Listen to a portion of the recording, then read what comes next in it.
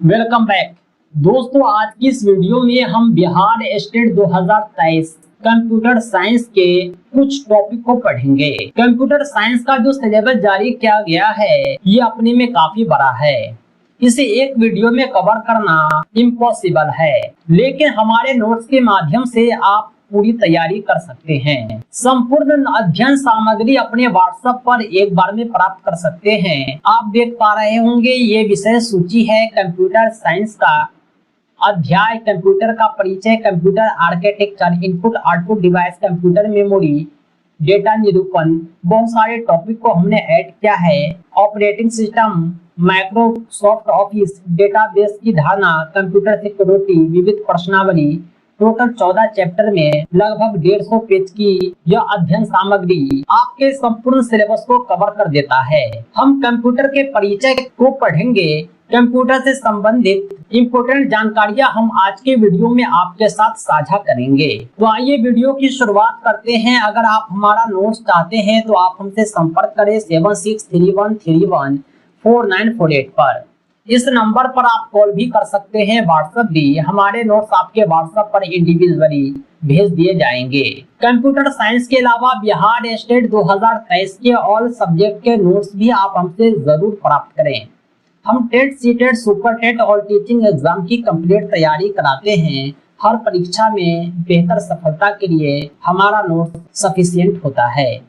आइए हम कंप्यूटर के बारे में जानते हैं कि कंप्यूटर है क्या। दोस्तों, वास्तविकता में कंप्यूटर जो है एक मशीन होता है। ये हमारे बहुत सारे काम को पूरा करता है।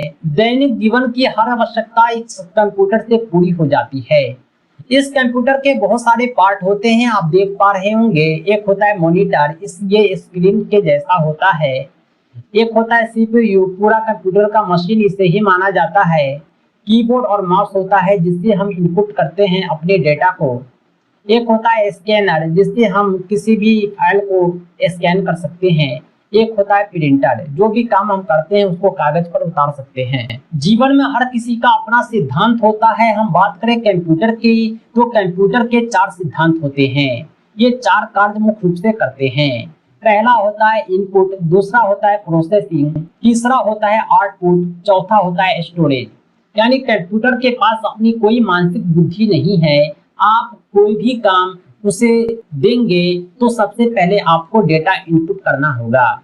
उसके बाद कंप्यूटर जो है एक प्री डिफाइंड वे में काम करता है, प्रोसेसिंग करता है आउटपुट तक पहुंचने के लिए। ये दूसरा काम हो गया। अंत में वो आउटपुट पर पहुंच ही जाता है। इसके बाद जो आपका डेटा है उसको अस्थायी रूप से ये स्टोर करता है अपने स्टोरेज में।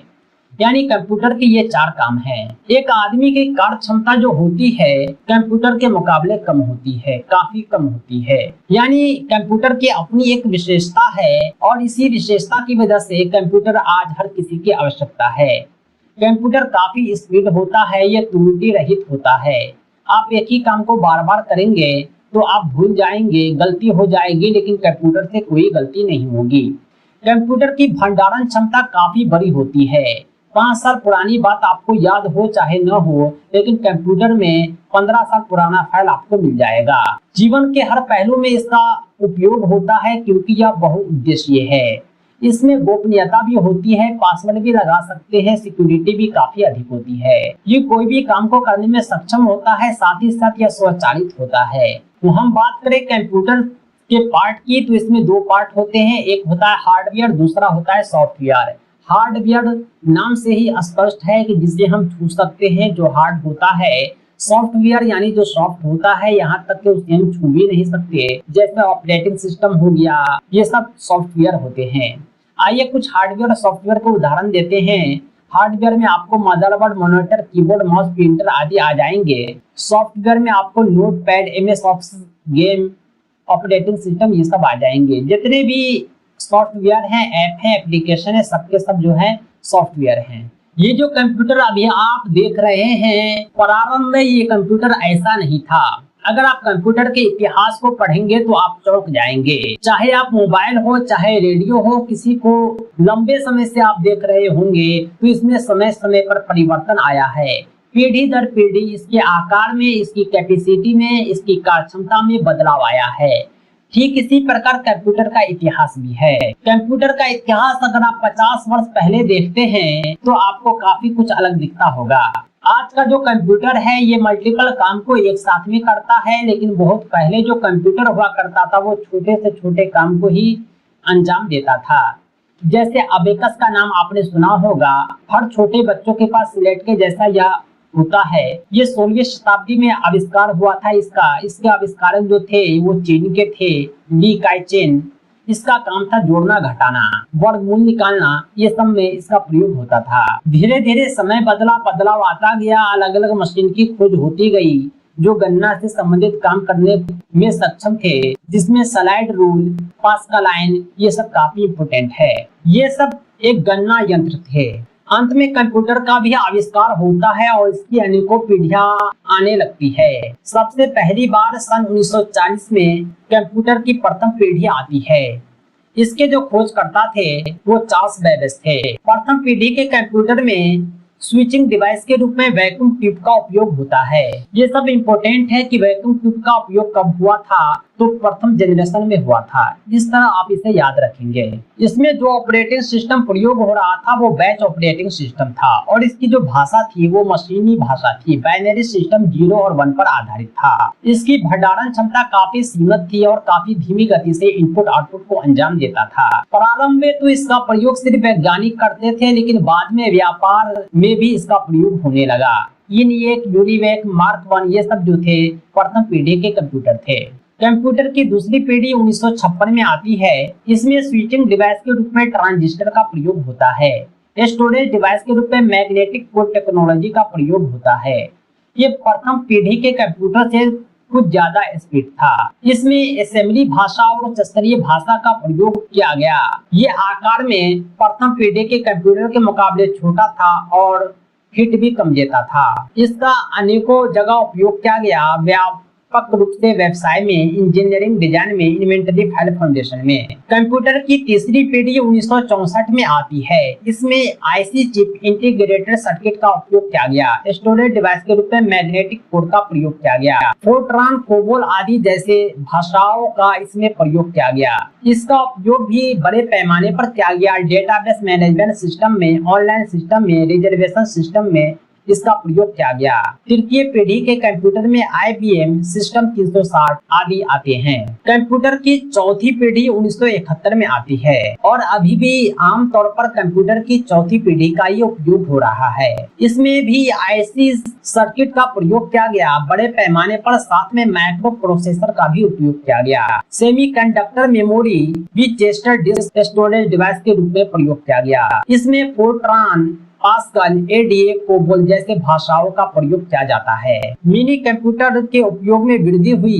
भिन्न हार्डवेयर निर्माता के यंत्रों के बीच अनुकूलता, ताकि उपभोक्ता किसी एक विक्रेता से बांधा न रहे। इसका बड़े पैमाने पर उपयोग किया जाने लगा है। इलेक्ट्रॉनिक फंड हो, ट्रांसफर हो, व्यावसायिक उत्पादन हो, व्यक्तिगत उपयोग हो, ये सब के सब चतुर्थ पीढ़ी के कंप्यूटर हैं, जैसे IBM, PCXT, Apple II, Intel. Computer की पांचवी पीढ़ी भी आ चुकी है वर्तमान में और आगे भी कंप्यूटर की पांचवी पीढ़ी ही रहेगी, जब तक कि कंप्यूटर में आर्टिफिशियल इंटेलिजेंस नहीं आ जाता है। इसमें बड़े पैमाने पर इंटीग्रेटेड सर्किट का प्रयोग किया गया है। स्टोरेज डिवाइस के रूप में ऑप्टिकल डिस्क का प्रयोग किया गया है।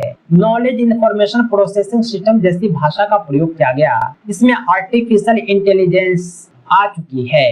ये जो रोबोट वगैरह देखते हैं आप, ये सब पांचवी पीढ़ी के कंप्यूटर होते हैं। इसका उपयोग इंफॉर्मेशन मैनेजमेंट में किया जाने लगा है। नेचुरल लैंग्वेज में किया जाता है। प्रोसेसिंग स्पीच कैरेक्टर में किया जाता है।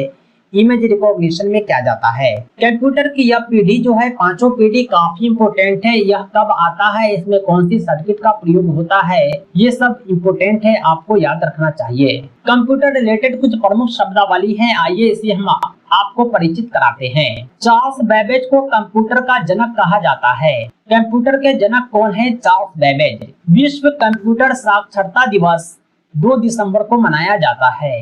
प्रति वर्ष 2 दिसंबर विश्व कंप्यूटर साक्षरता दिवस, कंप्यूटर लिटरेसी डे के रूप में मनाया जाता है। आधुनिक कंप्यूटर के जनक कौन है? Alan Turing. एलन ट्यूरिंग आधुनिक कंप्यूटर के जनक हैं। पहला computer architecture John von Neumann द्वारा 1948 में प्रस्तुत किया गया। भारत का पहला पर्सनल कंप्यूटर है सिद्धार्थ। अगला है एडसैक, वह प्रारंभिक ब्रिटिश कंप्यूटर था जो डिजिटल संग्रहित प्रोग्राम पर आधारित था। पैकमैन नामक प्रसिद्ध कंप्यूटर खेल के लिए निर्मित हुआ था। ये कंप्यूटर अलग अलग प्रकार के हैं। कंप्यूटर के वर्गीकरण को हम देखेंगे। कंप्यूटर का वर्गीकरण कई आधार पर किया गया है, आकार के आधार पर भी किया गया है और दूसरे आधार पर भी किया गया है। हम आकार की बात करें तो कंप्यूटर 5 प्रकार के होते हैं। आकार के आधार पर पहला कंप्यूटर माइक्रो कंप्यूटर, उसके बाद मिनी कंप्यूटर, उसके बाद मेन फ्रेम कंप्यूटर, उसके बाद पर्सनल कंप्यूटर, उसके बाद सुपर कंप्यूटर आता है। आमतौर पर जो आप घरों में देखते हैं ये पर्सनल कंप्यूटर होते हैं जिसे पीसी कहते हैं। उद्देश्य के आधार पर हम बात करें तो ये सामान्य उद्देश्य कंप्यूटर और विशिष्ट उद्देश्य कंप्यूटर के 2 प्रकार होते हैं। अनुप्रयोग के आधार पर हम बात करें तो analogue computer, digital computer, hybrid computer, 3 प्रकार के कंप्यूटर होते हैं। माइक्रो कंप्यूटर की चर्चा हम करते हैं। सन 1970 में तकनीकी क्षेत्र में इंटेल द्वारा माइक्रो प्रोसेसर का आविष्कार होता है, जिसके प्रयोग से कंप्यूटर प्रणाली काफी सस्ती हो गई। ये कंप्यूटर इतने छोटे होते थे कि इन्हें डेस्क पर सफलतापूर्वक रखा जा सकता था। इन्हें कंप्यूटर ऑन ए चिप भी कहा जाता है। आधुनिक युग में माइक्रो कंप्यूटर फोन के आकार, पुस्तक के आकार तथा घड़ी के आकार तक में उपलब्ध है। इनकी क्षमता 1 लाख संक्रिया प्रति सेकंड होती है। चाहे कैलकुलेटर हो, चाहे घड़ी, डिजिटल क्लॉक हो, चाहे टैबलेट हो, ये सब के सब कंप्यूटर ही हैं, यानी माइक्रो कंप्यूटर हैं। माइक्रो कंप्यूटर के भी कई प्रकार होते हैं, जैसे डेस्कटॉप हो गया, लैपटॉप हो गया, पॉमटॉप हो गया, टैबलेट, पर्सनल कंप्यूटर हो गया।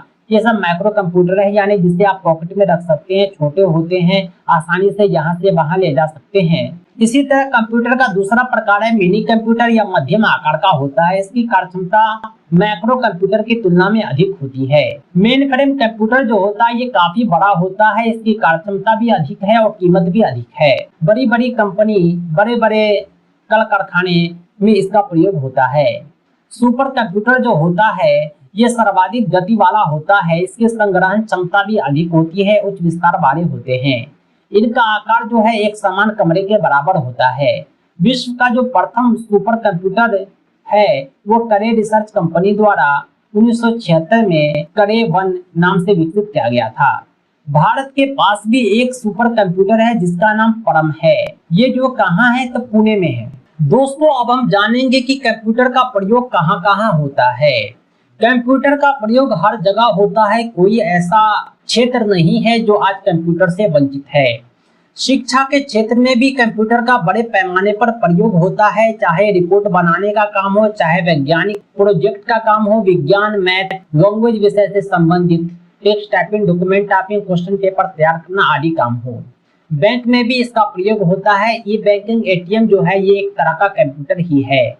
संचार के क्षेत्र में भी इसका बड़े पैमाने पर उपयोग होता है। इंटरनेट नेटवर्किंग जो है संचार के साधन हैं। चिकित्सा के क्षेत्र में भी एक्सरे हो गया, सीटी स्कैन हो गया, ये सब कंप्यूटर ही है। उद्योग के क्षेत्र में भी इसका काफी प्रयोग है, पब्लिकेशन में, कंपनियों में। विज्ञान इंजीनियरिंग में भी इसका काफी उपयोग है। रिकॉर्ड करने में, संग्रहालय में, पुस्तकालय की किताबों को सहेजने में इसका प्रयोग होता है। वाणिज्य के क्षेत्र में भी इसका काफी प्रयोग है। अकाउंटिंग सॉफ्टवेयर हो गया, लेजरिंग सॉफ्टवेयर हो गया। सुरक्षा के क्षेत्र में भी कंप्यूटर उपयोगी होता है। ब्रॉडकास्टिंग इंफॉर्मेशन किया जाता है। प्रशासन भी इसका उपयोग करती है, अकाउंटिंग में, बिलिंग में। मनोरंजन के क्षेत्र में भी कंप्यूटर का उपयोग होता है। सिनेमा हो गया, वीडियो गेम हो गया, ये सब के सब जो है कंप्यूटर द्वारा ही अंजाम पाते हैं। वायुयान हो गया, रेलवे आरक्षण के क्षेत्र हो गया, चाहे रिजर्वेशन टिकटिंग, सभी में कंप्यूटर का उपयोग होता है। दोस्तों कहने का मतलब यह है कि जीवन के हर पहलू में कंप्यूटर आज उपयोग में लाया जाता है। कंप्यूटर से रिलेटेड बहुत सारे हमारे पास नोट्स हैं। आइए कुछ शब्द हैं कि डिजिटल घड़ी में माइक्रो कंप्यूटर पाया जाता है। सर्वप्रथम पंच कार्ड का प्रयोग जोसेफ मेरी ने किया था। इंटीग्रेटेड सर्किट अर्धचालक सिलिकॉन या जर्मेनियम से बने होते हैं, यानी कंप्यूटर में जो आईसी चिप होता है वो सिलिकॉन या जर्मेनियम के बने होते हैं। विश्व का जो सबसे तेज कंप्यूटर है सुपर कंप्यूटर, ये IBM का ब्लू जीन है। इंटरनेशनल बिजनेस मशीन द्वारा बनाया गया यह कंप्यूटर ब्लू जीन सबसे तेज कंप्यूटर है। भारत का जो सबसे तेज कंप्यूटर है उसका नाम है एक्का। एक छोटे सिलिकॉन चिप पर ट्रांजिस्टरों और अन्य इलेक्ट्रॉनिक उपकरणों के साथ पूर्ण इलेक्ट्रिक सर्किट को इंटीग्रेटेड सर्किट कहते हैं। दोस्तों, कंप्यूटर से जान पहचान मैंने आपको करा दिया। अब बात रही कंप्लीट सिलेबस की, जो आपको कवर हो पाएगा पीडीएफ नोट्स के माध्यम से। 7631314948 पर कॉल व्हाट्सएप करके आप कंप्लीट नोट्स को प्राप्त कर सकते हैं। कंप्यूटर साइंस के ऑब्जेक्टिव क्वेश्चन के कलेक्शन के पीडीएफ भी हम आपको देंगे, साथ ही साथ पेडागोगी एंड अदर स्किल के नोट्स भी हम आपको प्रोवाइड करेंगे।